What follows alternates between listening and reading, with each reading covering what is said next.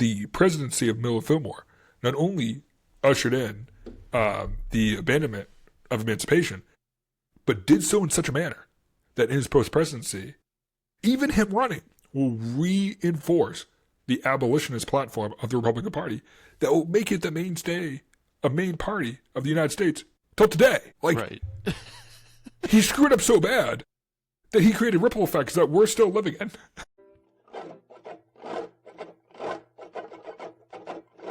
Welcome back to The Buck Starts Here, podcast that digs deep in the juicy stories, power plays, and wild twists that shape the presidencies of the United States. My name's Kyle, the Alice Liddell to Eric's Lewis Carroll. Today we're about to find out just how much of the Tyler precedent Mr. Fillmore is ready to follow. So last we left off, I think he was just stepping into the roles after Mr. Zachary Taylor's unfortunate early demise. We're about to figure out how he's going to do things, huh? Yeah, and I think up to this point, it's hard not to like Millard Fillmore, but you're about to rug us. I don't know if I'm going to rug you, but let me just hit you with a quote from Harry S. Truman. Harry S. Truman characterized Millard Fillmore as a weak, trivial thumb-twaddler who would do nothing to offend anyone. And Truman also says he's partially responsible for the Civil War. So how do we go from a man who seems like he would be a competent legislator, who was a competent legislator, who would be a competent administrator running the country in a pivotal time, a coalition builder, consensus builder, a coalition builder, well-educated attorney with with an incredibly hard-working attitude, to a president who is considered one of the worst presidents ever. Really, that bad? Yeah, he is in the same. A lot of times he's put in the same category as James Buchanan. And nobody should be in the same category as James Buchanan. That's insane to me. But in the same category as Buchanan and Johnson, and I think also Nixon. I think our worst score so far has been for Tyler. You think he's on that level? No, he's worse. He's likely going to be our worst score. Wow. And it's going to be in. So I wanted the first episode to be us discussing Millard Fillmore as a person, because so many of his actual character is maligned by people only looking at his 3 years as president. But I don't get to write history. So let's start. July 9th, 1850. The day that Zachary Taylor died is also the day that Millard Fillmore is sworn in as the president of the United States. Does he do the same as Tyler did and address Congress? No, he does not. He does not. He does follow the Tyler standard as assuming those reigns. So he does immediately start governing as president. So what made the Tyler standard precedent so important was that it was the immediate assumption of full presidential powers. He was not an Didn't interim wait president. around. He took it. Yeah. So he was overseeing, I would describe a non-conventional political agenda because of the looming risks of the expansion of slavery. And I said 1850, so we got to obviously talk about the Compromise of 1850. So originally, Millard Fillmore, unlike Taylor, he very quickly signaled to Congress that he would be open to supporting a negotiated legislative settlement to calm sectional tensions. Taylor wasn't going to accept that. Taylor was going to go to war. This is letting other slave states come in to equal the balance? Is this what we're talking about? Yeah, this is how we ended up with California. Yeah. So Taylor was not going to accept that at all. He was going to go to war. He didn't care. He did not. He was not a sectionalist. Millard Fillmore, I don't believe, was a sectionalist either, but he's a man of compromise. Unfortunately, compromise works great if you're the state comptroller. It works great if you're the vice president. It works great if you're a legislator. Our system's not built to work for a president of this level of compromise. So he supported this negotiated settlement that would eventually become the Compromise of 1850 to calm sectional tensions. Now, what I want to be clear about this, he did not inherit the Compromise of 1850. Did it exist in Congress? Absolutely. Did the ideas exist previously? But they saw Zachary Taylor sitting there with a veto pen. But real quick, let's do a quick refresher on the Compromise 1850. It's 5 pieces of legislation. First, it admits California's into the Union as a free state, which was obviously interesting because of how far south it is. It did allow for what's called popular sovereignty in Utah and New Mexico, and that's where you would see the residents of these territories would vote whether to allow slavery in there. That was seen as a victory for the South, allowing for that. It does lead to bloody Kansas and Nebraska. It sets the pretense for that. Oh, that's the one where people were going up there to like crossing the state lines to influence the vote. Yeah, popular sovereignty. It finally abolished the slave trade in D.C., but it went for the North. But it did create the Fugitive Slave Act of 1850. This destroyed Millard Fillmore's presidency, and it did set the boundaries for Texas. Now, the Compromise of 1850 is considered one of the most complicated pieces of legislation ever in the history of the United States. It's 5 pieces of legislation wearing a hat as one piece. It has all these crazy far-reaching parts that would not be conducive to this conversation on Millard Fillmore if we're going to have. We should talk about it. I know Kyle and I have I know Laura edited it out, but Kyle and I have talked about we'll do a show on it. It's going to be really interesting in a sense of the causal effects from here. But with that said, this will be a 3.5-hour show if we go down this road. So we're just going to respectfully say Compromise of 1850 would definitely not have occurred under Taylor, right? Those 5 laws Taylor would have signed the ones that the North won on. He would have wanted it as a free. He would have probably signed the Texas border. Zachary Taylor was not a fan of popular sovereignty. The Fugitive Slave Act was also a big no. Yeah, I mean, his whole history would be not doing that. Yes. He would not have done popular sovereignty because he didn't believe it was for the people to decide. But Millard Fillmore, a man of who likes compromise and all that stuff and is an institutionalist, he would have definitely been okay with it. He would have been. He was. That's why he didn't see the long-term effects of a lot. And it's very ironic because he didn't see the long-term effects of allowing people to vote on constitutionality. Well, he also constantly hid behind constitutionality to enforce the Fugitive Slave Act. Mm-hmm. So, 1850, the 5 bills that make up the Compromise 1850 hit his desk. He signs them.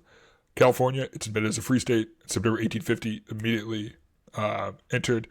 By this point, the gold rush had already been in full swing for 49ers. At least a year. This intensified the Southerners' fear of the eventual imbalance in the Senate.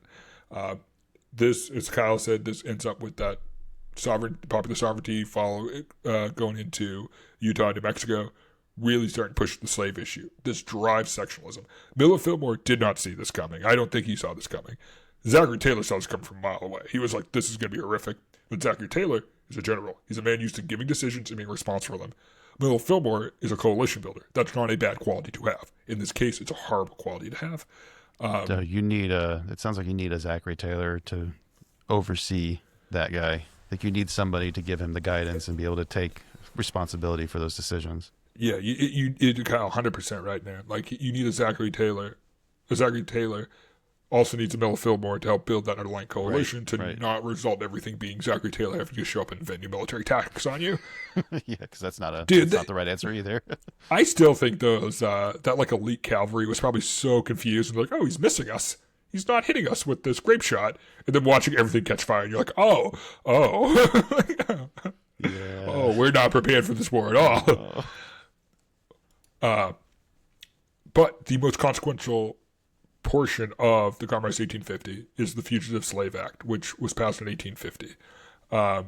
He signed it and treated its enforcement as a constitutional obligation of the executive branch. And again, this has become the defining thing of his administration. So he viewed the Fugitive Slave Act enforcement as something he had to do. That Congress passed a law, and him as the executive has to enforce it. And he did not exercise any executive power. He didn't veto it?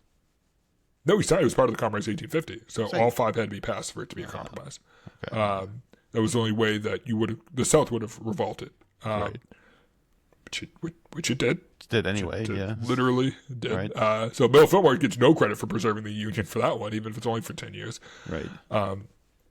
So he had this consistent position that once a federal law was enacted that required enforcement, no matter what his personal discomfort or if there was regional opposition or if even it went against his morals, he had to enforce it. And he will pay in the historical narrative for that belief. It is very interesting. Why is it the Millard Fillmores that say, no, I got to follow the rules, when it's the Andrew Jacksons who are like, forget it, Supreme Court, who cares? Yeah, or even more interesting that Zachary Taylor, a slave owner, was not willing to enforce or even consider the he thought it was insane, the Fugitive Slave Act, and a man who never owned a slave was willing to enforce it based on his interpretation of the Constitution. That's wild. So for those that don't know, the Fugitive Slave Act was more or less, it's the Fugitive Slave Act and the Dred Scott decision that ended the ability for a constitutional solution to slavery. I'm going to get a little opinionated here. It is not that it ended the discussion about slavery. It just rendered emancipation effectively off the table. So as Kyle and I have talked about in the past, there's emancipationists and there are abolitionists. Yeah. Emancipationists is a reason we don't remember that word from school. So we were never taught it. Emancipationists believe that you could progressively get rid of slavery by slowly and procedurally passing laws that would render it useless over time.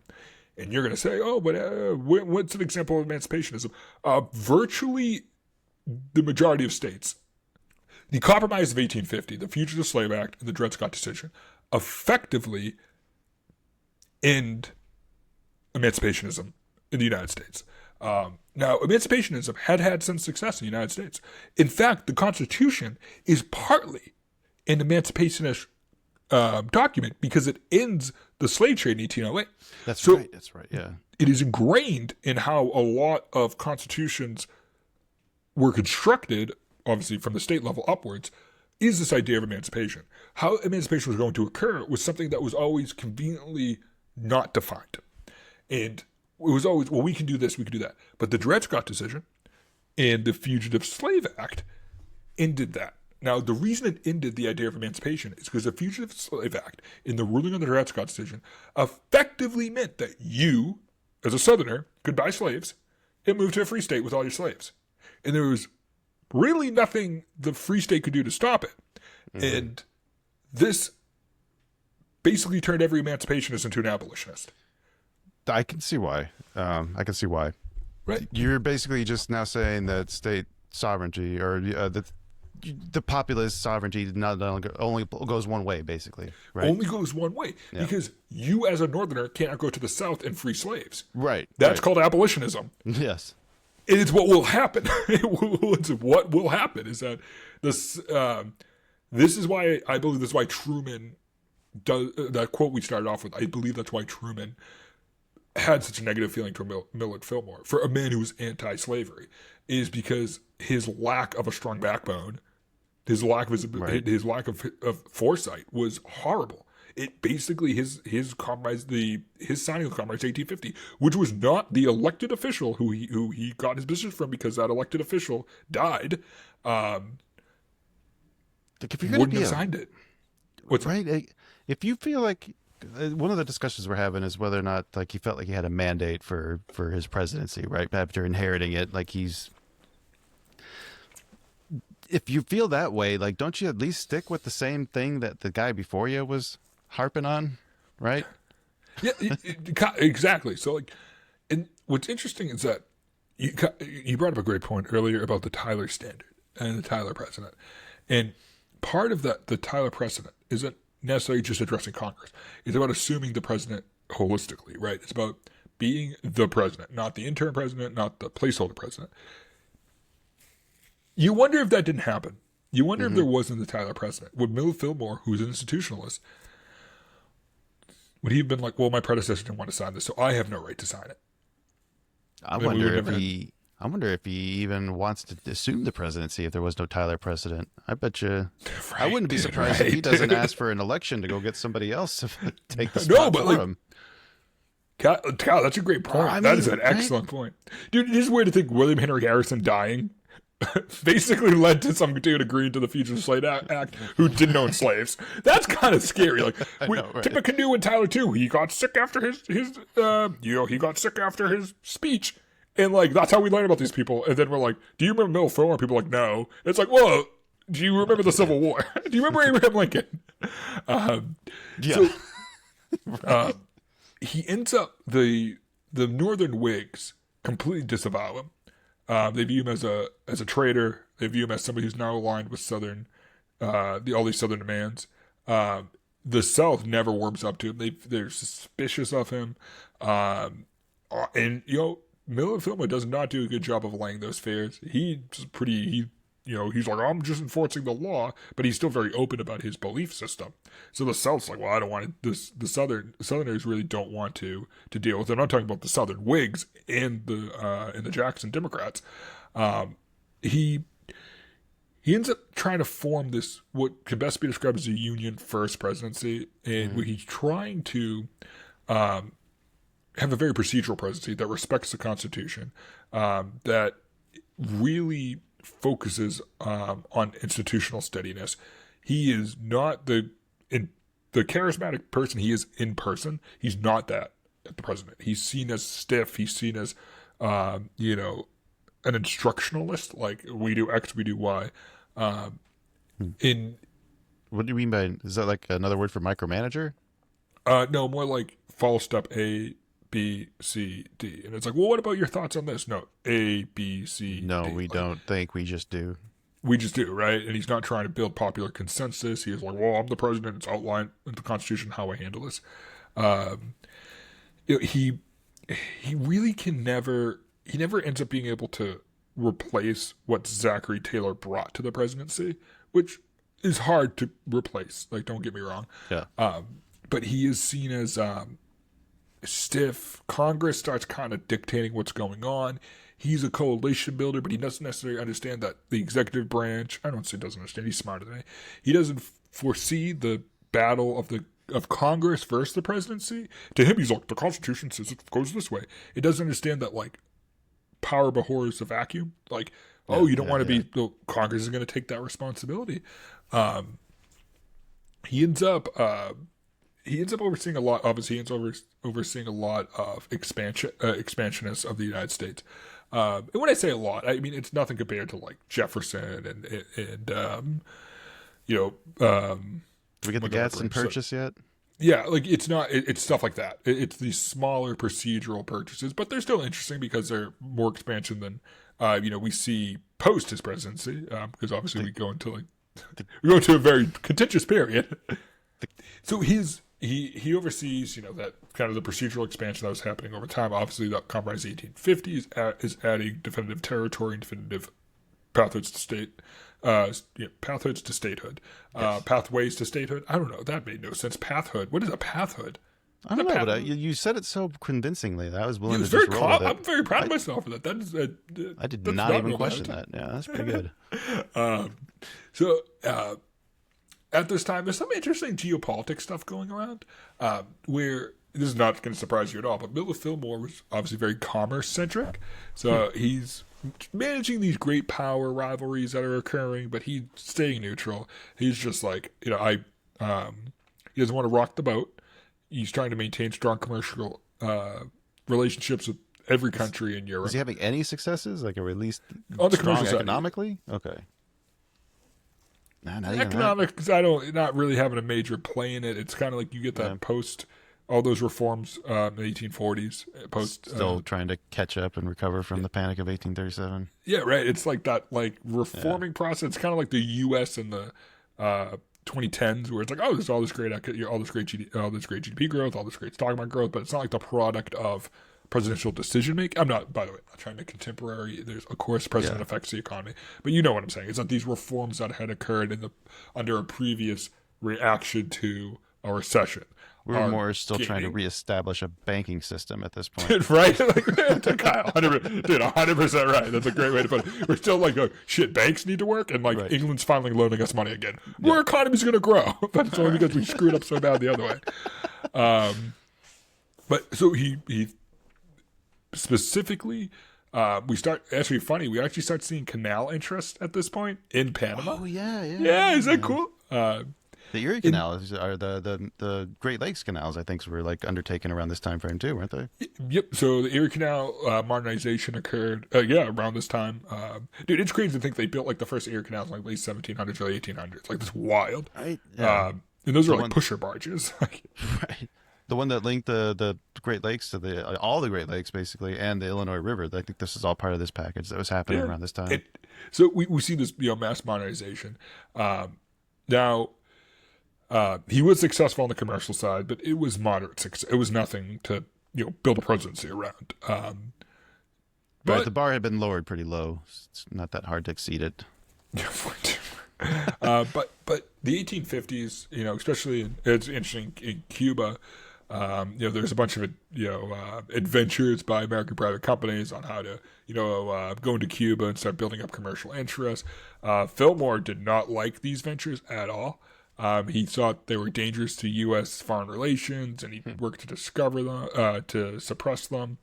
And there were some people who wanted us to like annex Cuba, but Millard Fillmore was like, he just didn't want to touch any of it. He just wanted trade, no wars, and compromise. And he caused a war. he caused the bloodiest war in U.S. history.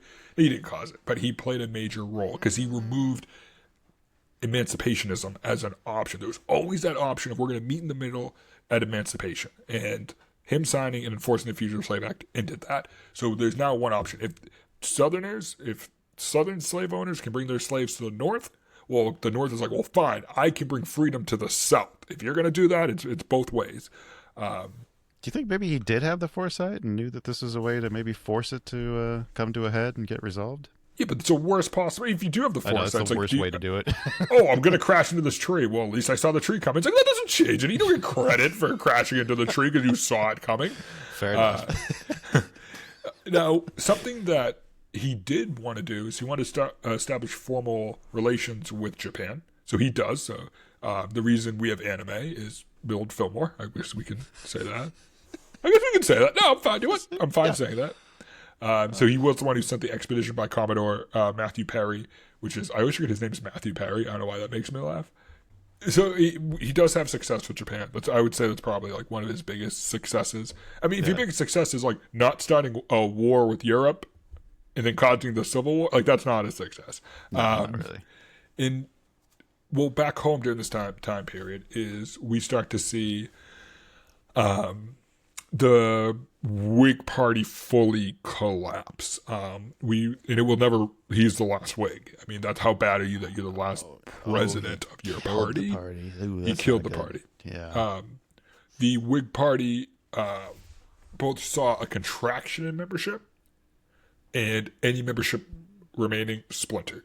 The Northern Whigs completely alienated. They were completely alienated by the Fugitive Slave Act and its enforcement. They hated the enforcement. They hated the compromise. They hated anything. The Southern Whigs were like basically had fully entered sectional parity. They almost didn't even view themselves as part of the United States. They viewed themselves more as like, well, fine. They don't trust Millard Fillmore. They got everything they wanted on the Fugitive Slave Act, and they still don't trust him. So that kind of the Whigs basically view him as a non-starter, and the Whigs are now seeing the North getting all riled up. That's like, this is insane. But don't forget the Southerners in Congress were also upset in the Compromise of 1850 because California was a free state. So they were this fear of imbalance in the Senate was materializing in front of them. So they're going, oh my God, emancipation's dead. The North is upset, and now you're going to have more senators. So what happens now? It's this abolitionism. Is a really spectacularly bad compromise. You made everybody unhappy. Yeah, that was like my previous thing on like the Compromise of 1850 is like super crazy. It's really hard to even discuss it in like a small setting because it's like it took the brakes off the train for the Civil War. Like, it was like, okay, we're having a war. It was like, cool, we're having a war. So did this also lead to? Is this what led to the creation of the modern Republican Party? Yeah. So as the Whigs started to fraction, we did see the Know Nothing Party coming to interim, and you see like the Free Soil Party. No, Nothing Party's funny. Right. So you're supposed to tell like I don't know nothing. I don't know nothing about that. Sounds like Fight Club. How is that a party? Right. I don't know nothing. So 1852, the election cycle of 1852 rolls around. He did not emerge as the Whigs' nominee for 1852. This is after your party's already dead and you still can't get your nominee. Yeah, and the Whig Party specifically says because of Compromise 1850, and they viewed it not as a settlement, this must have been disheartening to Millard Fillmore because he kind of always hung his hat on, I'm enforcing I'm doing what I'm supposed to do. I'm the president. I'm enforcing what Congress passed. So it must have been weird to him to hear them say like you did wrong. It's like no, I passed a law that you voted for too. And it's like well, you're the president.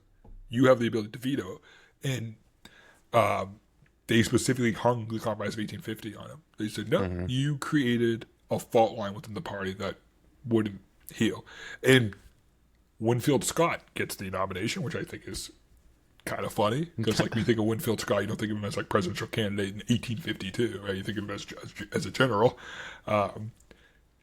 Obviously, our next guy we'll talk about, Franklin Pierce, ends up getting the nomination and winning. So Fillmore ends up becoming one of the most interesting moments in political history in the United States, where he is a sitting president who cannot win his own nomination to his party. All right, so we got to loses the primary election. Is there anything else from presidency that we need to cover here? No, we just go into one of the most interesting post-presidency of all time. So his presidency ends on March 4th, 1853. Immediately, he's offered no reprieve. His wife, Abigail, passes away almost immediately after he leaves the White House. And he goes back. This is before presidential pensions. He's not a wealthy landowner. He's a lawyer. He doesn't know what to do. He doesn't know how, as a president, he's supposed to conduct himself after he leaves office, especially in the way he left. And so he leaves office, and he goes back to practicing law. And he's talking to one of his friends, and he basically says, like, I don't know how to be a former president. I don't know. Like, I can't just go sit on my estate. He can't be John Adams, who can go sit on his land because his wife was a diligent investor and hold, as Adams used to say, hold court with his animals. He doesn't have... The impression that we've gotten from Fillmore, it doesn't sound like the kind of guy who wants to sit on his butt anyway. And right? 100% right, Kyle. So he says to his friend, I don't know what to do.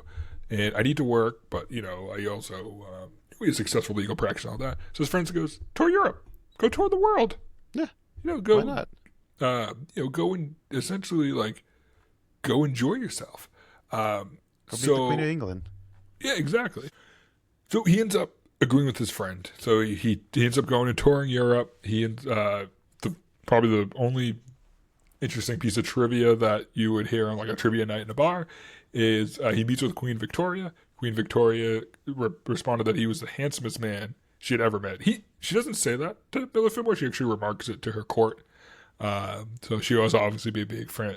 She'd be a big fan of Alex Baldwin. Okay, hold on. So now I had read that there's speculation over that was just her being polite. But if it wasn't even said to him, how is that being polite? That's just... No, I just think she thought he was a good-looking guy. Right.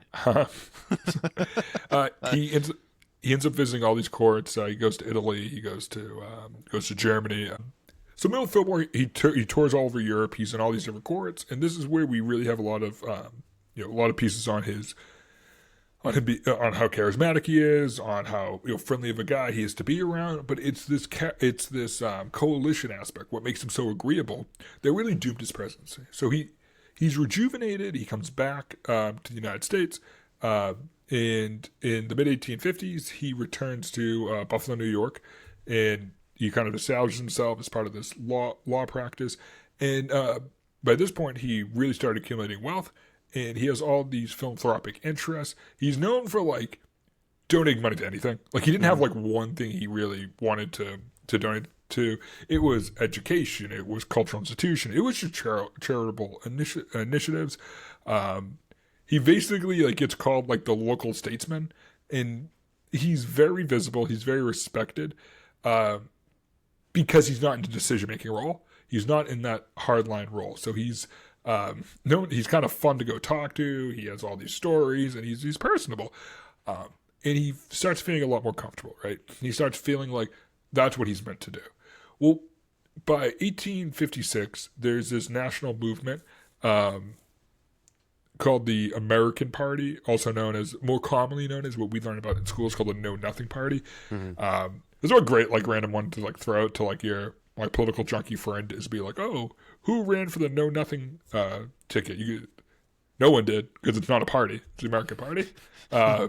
It's a good way to get some political junkie to get angry at you. Like, oh, no, I learned it this way. Yeah, sounds like a good way to get a fight. Right. So the Whig Party is gone. It's effectively collapsed. The American Party inherits that shell. It does not last long. It's a very weird party. It has all this anxiety over immigration and all these cultural changes. It focuses heavy on the desire for wider spread political reform and anti-corruption movements. But it's really cosplaying as an anti-sectionalism party, because so many people agree are anti-corruption, right? There's nobody's running on pro-corruption campaign. Right. Immigration anxiety exists throughout the whole entire country at this point. Is there ever a pro-immigrant candidate? Yeah, right, even because either you're pro-immigrant, I feel like pro-immigrant people are just economists. They have other right. They just have other things they also support. Where there's our single voters just for the immigration issue. So he runs for president again in 1856, and he's running on this kind of idea of let's stabilize everything. Let's not be sectionalist. Let's just be union first, is what he calls it. And it doesn't work. And it's ironic because he's the one who made union first essentially a non-option. He doesn't win. He didn't want to do it again. After his first experience, you'd think he'd be like, no, thank you, unless he wanted a chance to try to do it better. Yeah, exactly right.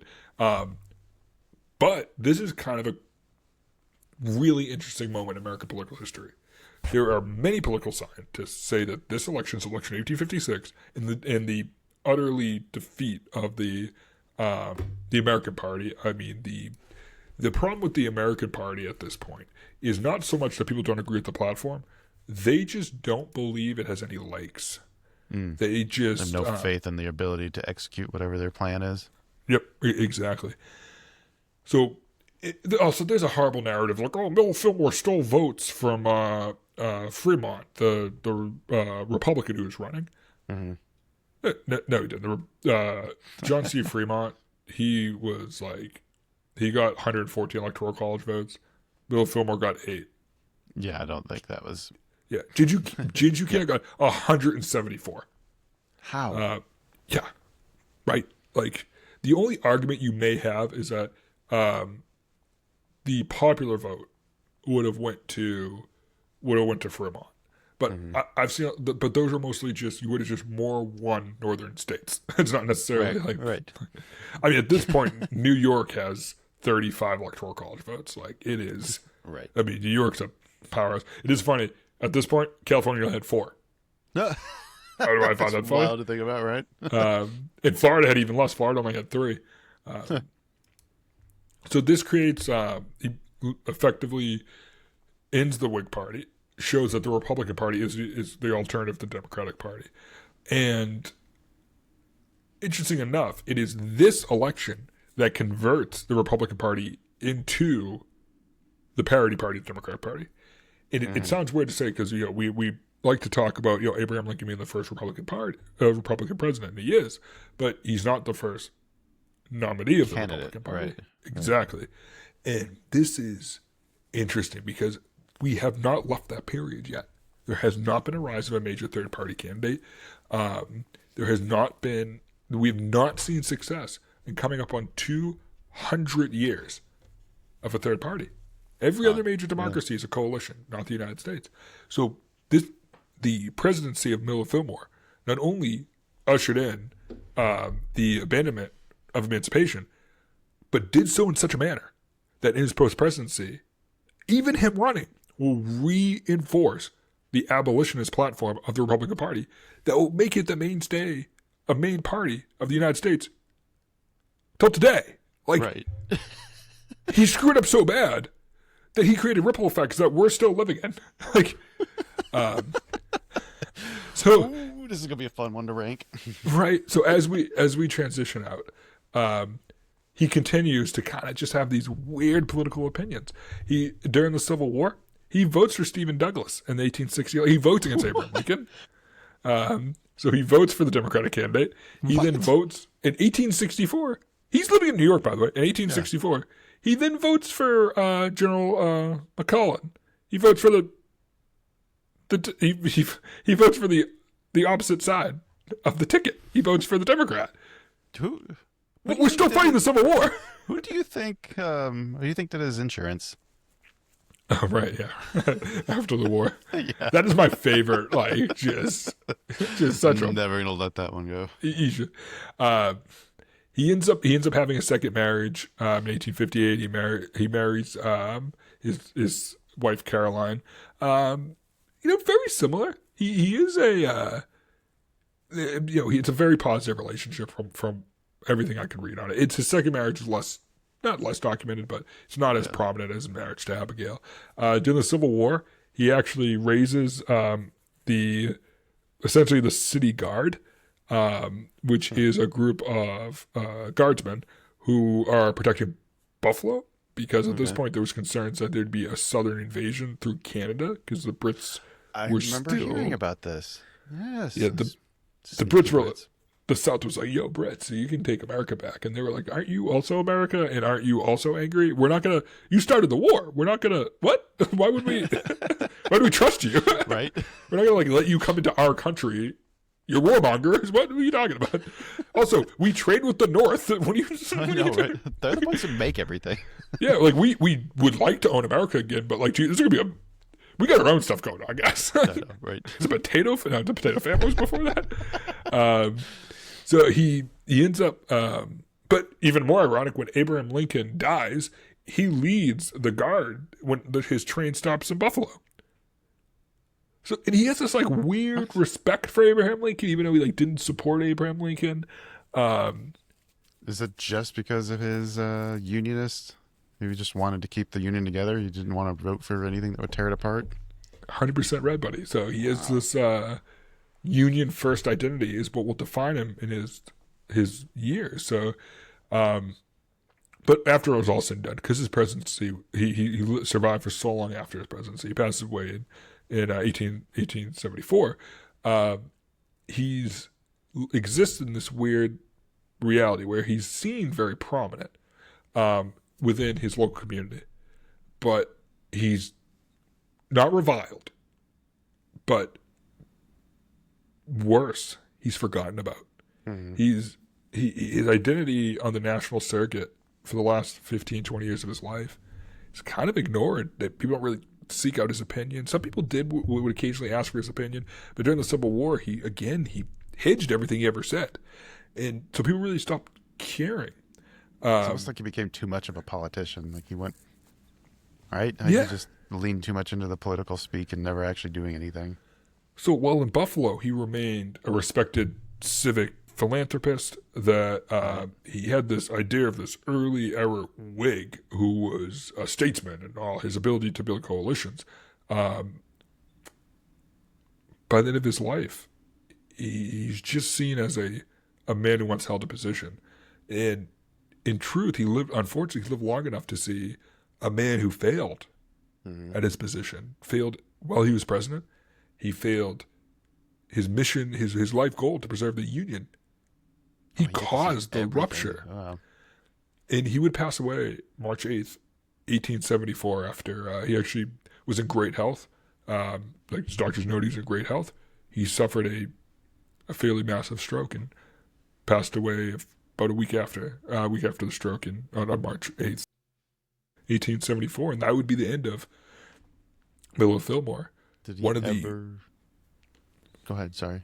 I was like, one of the most interesting presidents, because for such a great man, he had greater failures when he had to make a decision. All because he focused too much on compromise. He fell outside. Compromise is good, but he compromised to the point where it caused the destruction of the one thing he wanted to preserve. Yeah. Man, he's going to really hit on strategic vision, I think, because I don't know even how to list a positive thing. okay. Well, I genuinely don't know. He didn't found the Whig Party at all. Like, that's my thing. Like, you could maybe give him points for the Whig Party, but it's very clear that he didn't think about finding a party. He just happened to agree with the platform. You don't get credit for agreeing with the platform. See if we can find some points. I'm curious how you're going to rank this, Kyle, because I have become Millard Fillmore blind, where you just had to sit here and listen to me rant about this. I like to try to play devil's advocate, see if I can find him some points. So we'll see if we can dig anything up for this guy here. So use our patented POTUS ranking scale here. Political influence, overall governance, transformational leadership, understanding public needs and strategic vision. As always, we start off with political influence. President's ability to shape the political landscape, including the impact on their party dynamics, legislative agendas, and long-term political shifts. He fractured the party. Like, he didn't understand his party at all. Like, what's the lowest score? Well, hold on. Wait a second. Now, if I read this just as it written, it's the ability to shape and affect. Sounds like he made a lot of shaping and affecting of this. I mean, running into the ground and destroying it, I think, is shaping it in a way, right? I would argue he affected it. I don't know if he shaped it. I mean, if I take am I shaping a tree when I cut it down? Yes, but if you throw something into the ground and turn it into a pancake, that's a shape, right? It is. So what's the lowest score? What real score do we want to give this guy here? Well, I think we've done a negative before. Tyler got a -3.5. What do we give him a -3.5 for? Like total score? No, for just that political influence. Oh. Dude, Tyler deserved that. He definitely deserved that. All right, was he worse than Tyler?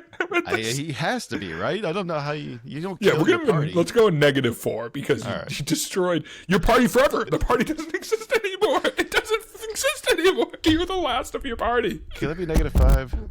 Could be negative. Let's go -5. All right. Overall governance, effectiveness of the administration in implementing policies, managing the bureaucracy, and maintaining stability and governance. No, but -5.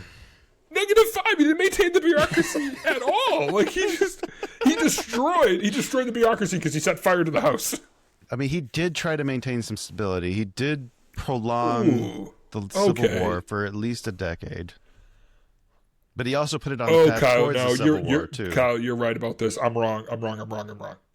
I skipped over the stability on that. He did it. He didn't make the Civil War start in 1850. So it was going to start. Zachary Taylor was willing to start the war. Right. That's kind of what made him awesome. He was like, oh, screw it. We'll start it here. But, I mean, is it really maintaining stability if you also put yourself on a path that you know for sure now you're going to come to this bloody conflict, as opposed to still having an off-ramp that's not bloody? See, I think Millard Fillmore believed there were going to be other solutions down the road. I don't think he had the foresight to see the Fugitive Slave Act ending emancipationism. Right. Maybe he just believed in the Union too much. Yeah. So I don't want. Yeah, you're right. The stability side. He should get something for that, but I mean, he should get something for that. No. Yeah. I want to give him like a 1. Or 0 or something like that. I don't want to go negative. No, well, like a 1's fair. Yeah, let's do a 1. No, never mind. Make that 0. 0.5? Do 0.5. Okay, split the difference.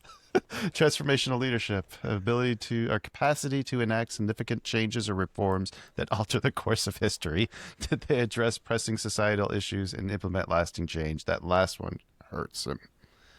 He did not address the societal issues. He tried to push them off, is what it sounds like. Yeah, I mean, it is lasting change. It is really bad change. It's really bad. So was Jackson's, and he got good scores, though. Yeah, part of me is that it was so horrific. But he did it on purpose. Jackson knew what he was... No, he didn't. Jackson sucks. Yeah. Kyle, what are you thinking on this? You're better. You're way more objective than me on this. He did enact significant change or reforms, but I mean, like nobody. I don't know. The foresight's in another spot, so maybe we don't. I feel like that's like balanced out by the fact that he didn't address the pressing societal issues. Yeah. You know what I mean? Want to do like a 2? Yeah, okay. That seems reasonable. I can live with that. Understanding of public needs. How well did he understand and respond to the needs and concerns of the American public? It didn't. Did he engage with citizens and address their priorities effectively? Oh, but do we give him points for his commerce?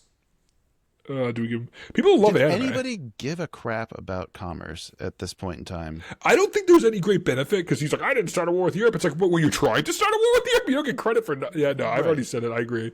Never mind. I agree. Because I said... Yes, I specifically made the joke that not starting a war you should get points for. I'm trying to give him points for not starting a war. Right? Yeah, never mind. Yeah, so like... Honestly, 0.5. I feel like you can go 0 on that one if you really wanted to. You can go 0. Yeah, I'm fine going 0 on it. And then strategic vision. Did he have clarity and ambition for the country? -7. Okay. I'm assuming -7 is the lowest score we can give somebody. I think that's the lowest we can go, yeah. Yeah, let's go with that's the high -7. end. Oh, wow. This will be our first negative. It should be. It should be. -9.5, I think. That honestly feels too high for Dude, he also heavily campaigned that we should have been like super nice to the South after the Civil War. Not like the Lincoln, like, oh, that type of reformist, like, hey, let's get them back in the fold. He was like, we should be bros with them, and we're like, dude, we just fought a huge war against them. Like, they should be Americans, but we shouldn't be like overly nice to them. I know, right? Yeah. All right, well, I think we got through the sexiest president to date, right? Is anybody right? I mean, who else? You could be into Jefferson with like tall blonde hair, like blue eyes. Strawberry blonde eyes. But I hear you made a good case for Ford. Oh, Ford's the best looking president. You think Ford over Millard? Oh yeah. I mean, Ford was like a model. Yeah, he was. But did he have heads of royalty fawning over him? There were people who were. You gotta do more research. But I've heard that like the foreign diplomats were like pretty good, or foreign power brokers. Let's use that term. Were like a pretty good looking guy. He's also like 6'5". Right. huge jacked, all American football player. Yeah, he is. Our 2 best looking presidents weren't elected. That's funny. Right? Isn't that? Wow, that's wild. That's a fun fact. Yeah, I hate to say it, but I think it's my boy Adams is probably lower on that list. The good looking. Yeah. Which one? JQA or John Adams? I'd say John JQA Adams. looks better than John Adams, I think. John Adams. Yeah, by a pretty good margin. Yeah. John Senior is like he had a little pudgy. too much of the sweets. Yeah, he's no just... teeth. All right. Well, I think Okay, so next week we should start wrapping up with season 2 because I think Franklin Pierce is going to be the end of this era, right? Pierce, yeah. All right, so that means we'll be in the middle of the Civil War before you know it.